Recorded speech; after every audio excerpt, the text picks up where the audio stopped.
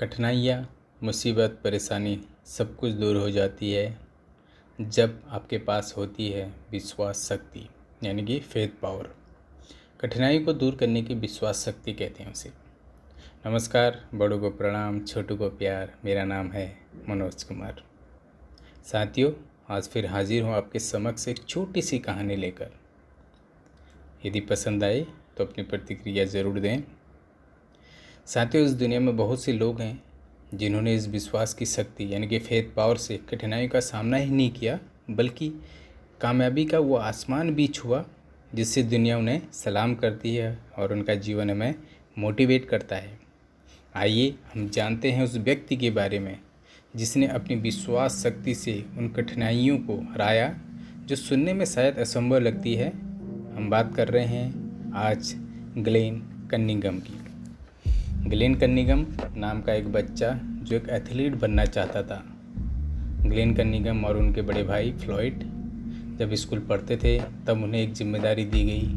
उनकी जिम्मेदारी थी कि वे सुबह स्कूल पहुंचकर स्कूल के कमरे को केरोसिन से स्टोव जलाकर गर्म करें। उस समय ग्लेन की आयु 8 वर्ष थी। एक दिन किसी ने गलती से केरोसिन के कंटेनर में पेट्रोल डालकर रख दिया।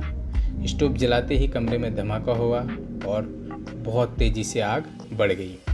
फ्लॉयड जो उनके बड़े भाई थे वो बुरी तरह जल गए और उन्होंने वहीं पे दम तोड़ दिया।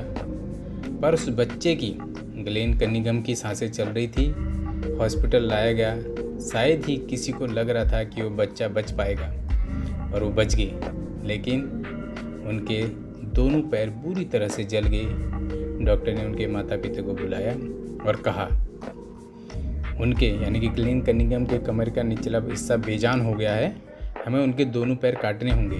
अगर ऐसा नहीं किया तो जहर पूरी बॉडी में फैल सकता है। सब लोग तैयार हो गए क्योंकि शायद कोई रास्ता नहीं था, पर एक व्यक्ति तैयार नहीं हुआ। वो कौन था? वो बहादुर बच्चा ग्लेन कनिंघम। डॉक्टर्स को उसकी जिद के आगे झुकना पड़ा और ऑपरेशन शुरू किया। आखिरकार वो बच गए। वो बच्चा व्हील चेयर पर था और शायद पूरी लाइफ व्हील चेयर पर रहता और अपने नसीब को कोसता, पर ऐसा नहीं हुआ। उसने हिम्मत नहीं हारी और एक दिन व्हील चेयर से अपने आप को नीचे गिरा दिया और पूरी ताकत के साथ विल पावर से खड़े हो गया, लेकिन फिर से गिर गए। उन्होंने न जाने कितनी बार कोशिश की पर असफल होते गए। पर क्या उनको हार में मान लेनी चाहिए थी?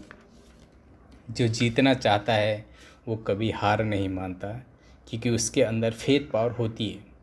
वो जीतने पर विश्वास करता है। बार बार असफल हो जाने तो प्रयास है, और एक दिन वो अपने प्रयास में कामयाब हो गए और अपने पैरों पर खड़े हो गए और इसी प्रयास के साथ चलने लगे और स्कूल भी चलकर जाने लगे। वो लोग सरप्राइज थे जिनको लग रहा था कि वो नहीं चल पाएंगे। अब बारी थी सपना पूरा करने की, और इसी सपने को लेकर प्रयास करते रहे और आखिरकार दौड़ने भी लगे।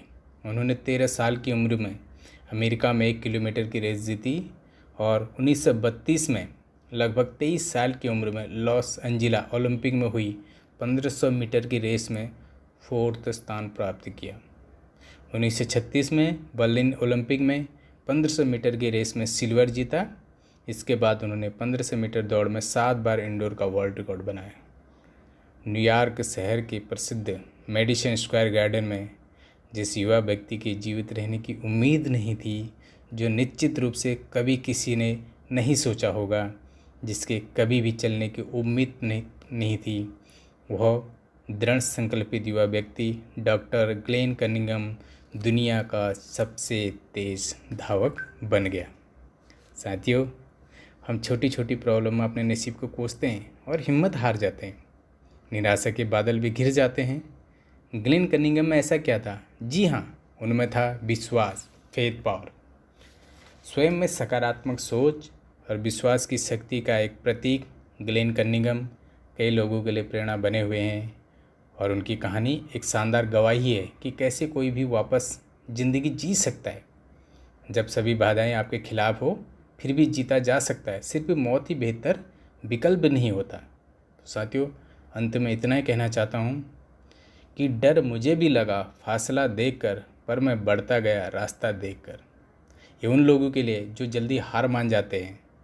ग्लेन कनिंघम से सीखना चाहिए कि डर मुझे भी लगा फासला देकर, पर मैं बढ़ता गया रास्ता देकर। खुद ब खुद मेरे नज़दीक आती गई मेरी मंजिल, मेरा हौसला देकर। Thank you so much all of you.